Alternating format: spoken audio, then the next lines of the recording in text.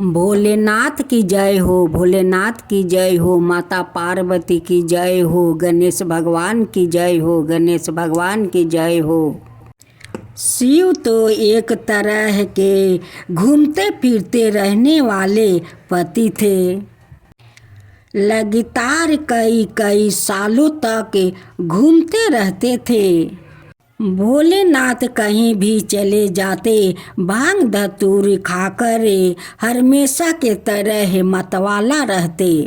भोले और माता पार्वती में कभी मिल जुल नहीं हुआ करते। जब वो जाते तो पार्वती का उनके साथ कोई संबंध नहीं रहता और वो काफी अकेलापन महसूस करते रहती। साथ ही शिव की प्रकृति को देखते हुए उन्होंने मानव मूल का नहीं यक्ष स्वारूपी माना जाता है, इसलिए पार्वती उनके बच्चे को जन्म नहीं दे सकती है। तो अपने अकेलेपन और इच्छा के कारण और मातृत्व भाव की वजह से उन्होंने एक शिशु को बनाने और उसमें प्राण फूंकने का फैसला किया। उन्होंने अपनी एक चीज ली, अपने शरीर पर लगे चंदन के लेप को लेकर तेल के साथ मिलाकर एक शिशु का रूप दिया। बस माता पार्वती अपना शरीर से चंदन का लेप उतार कर एक बालक तैयार की और उसमें प्राण डाल दिया। भले ही दूर की लड़के लगे, लेकिन आजकल विज्ञान में भी इस तरह की चर्चा होती है। कुछ साल बाद जब वो लड़का करीब 10 साल का हुआ था, तब शिव अपने गणों के साथ लौटे। पार्वती स्नान कर रही थी और उन्होंने उस छोटे बच्चे से कहा कि बालक के ध्यान रखना कि कोई इस तरफ न आने पाए। लड़के ने कभी शिव को देखा नहीं। जब महादेव आए, लड़के ने उन्हें रोक दिया। शिव दूसरे ही मुंड में थे, रुकने के लिए तैयार नहीं थे, तो उन्होंने अपनी तलवार निकाली और उस बालक का सिर काट दिया। फिर पार्वती के पास आए। जब पार्वती ने उनके हाथ में खून लगी तलवार को देखी तो वह समझ गई कि क्या हुआ। उन्होंने लड़के को सिर काटा हुआ वहां पर देखा तो उनका गुस्सा भड़क गया। शिव ने उन्हें समझाने की कोशिश की, कोई बात नहीं, वह तुम्हारा असली पुत्र नहीं है। आखिरकार तुमने उसे बनाया और मैंने उसे नष्ट कर दिया, इसमें क्या परेशानी है। लेकिन वो सुनने के मूड में नहीं थी। बात को सुलझाने के लिए शिव ने अपने एक गण का सिर लिया और बालक को धड़ पर लगा दिया।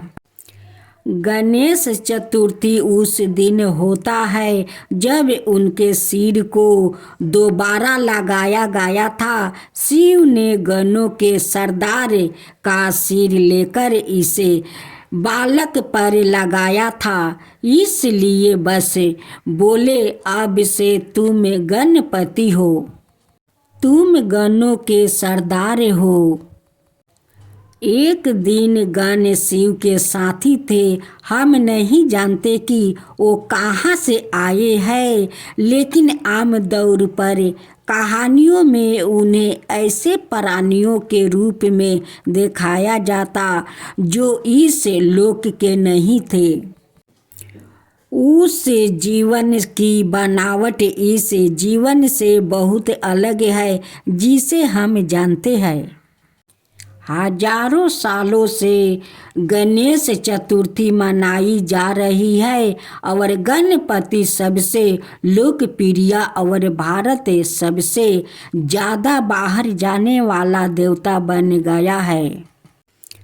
बहुत लचीले है वो, कई रूप और मुद्राएं अपना है।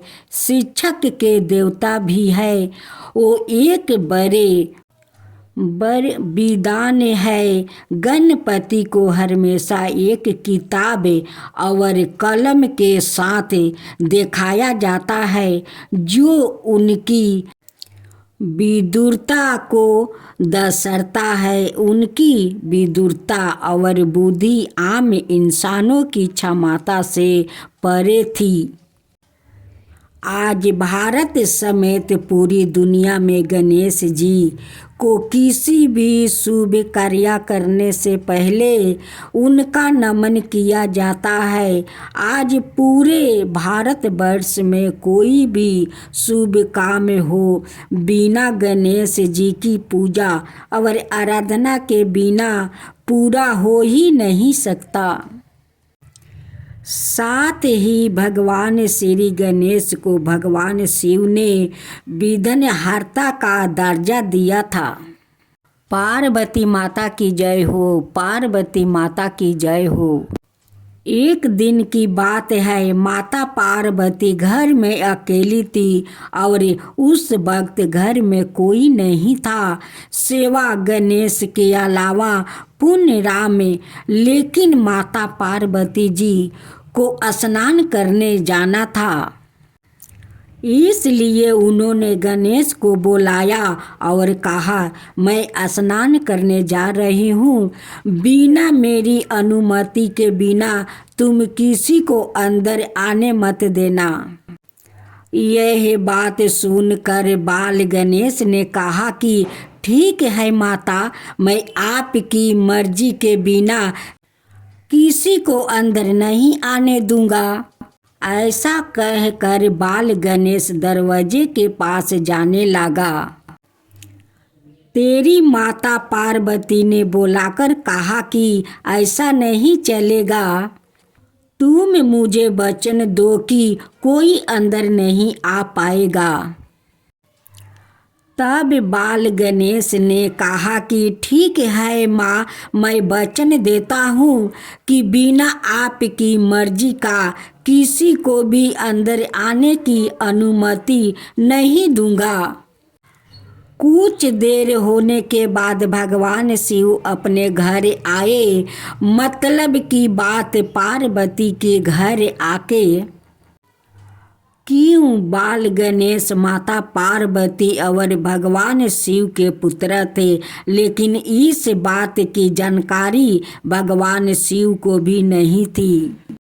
जैसे ही भगवान शिव घर के अंदर आने वाला ही था, तभी बीच रास्ते में भगवान शिव को गणेश जी ने रोक लिया था और गणेश जी ने भगवान शिव से कहा था कि मेरी माता का अनुमति है कि कोई अंदर ना जा पाए। यह सुनकर भगवान शिव ने पूछा कि ऐसी क्या बात है जो तुम मुझे मेरे घर के अंदर जाने से रोक रहे हो।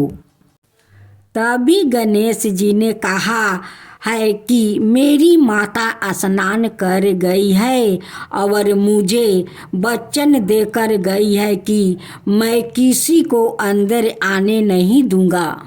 तभी भगवान शिव बहुत ज़्यादा क्रोध हो जाते हैं और वो अपनी त्रिशूल निकालते हैं और गणेश जी का गला काट देते हैं। जैसे ही माता पार्वती स्नान करके बाहर आती है, वह गणेश जी को इस हालत में देख कर हैरान हो जाती है और कहती है कि आपने यह क्यों कर दिया, यह तो हमारा पुत्र है। तभी भगवान शिव ने कहा कि मुझे क्षमा कर दीजिए, मुझे नहीं पता था यह कौन है। यह मुझे अंदर आने से रोक रहा था, इसलिए मुझे गुस्सा आ गया और मैंने उसका सर काट दिया। तभी माता पार्वती गुस्सा हो गई और कहने लगी कि मेरा पुत्र मुझे वापस किया जाए। इतने में भगवान शिव ने सोचा कि मैंने तो इसे दोबारा उसी सर से नहीं जोड़ सकता हूँ, लेकिन अगर तुम कहो तो मैं इसे किसी दूसरे की सर से जोड़कर तुम्हारे बेटे को जिंदा कर सकता हूँ। कल माता पार्वती ने भी अपनी सहमति दिखाई और कहा कि ठीक है, मेरे पुत्र को जिंदा किया जाए। तभी बगल में खड़े नंदी को भगवान शिव ने कहा है कि तुम सीधा जंगल चले जाओ और जंगल में तुम्हें दूसरी जानवर का सर सबसे पहले देखो, उस जानवर का सर काट कर लेकर आओ। नंदी ने तुरंत जंगल का रुख किया और वहाँ जंगल में जानवरों को ढूंढने के लिए चला गया। जंगल में जाते जाते नंदी को सबसे पहले हाथी दिखाई। उन्हें ने हाथी का सर काट कर अपने साथ ले आए। तभी भगवान ने अपने साथी के सर को गणेश के सर पर जोड़कर उसे जिंदा कर दिया। यह देखकर माता पार्वती ने कहा है कि मेरा बेटा कैसे लग रहा है। सभी लोग मेरे बेटे को देखकर हंसेंगे और इसे डराएंगे। तभी भगवान शिव ने कहा है कि तुम बेहद ही चिंता कर रही हो, मैं इसे जिंदा ही नहीं करूँगा बल्कि जिंदा करके पूरी तरह से वरदान भी दूंगा कि उनकी आने वाली सभी लोग किसी भी शुभ कार्य को करने से पहले भगवान श्री गणेश को याद करना अनिवार्य हो जाएगा। गणेश जी की जय हो, गणेश जी की जय हो, माता पार्वती की जय हो, माता पार्वती की जय हो, भोलेनाथ की जय हो, भोलेनाथ की जय हो।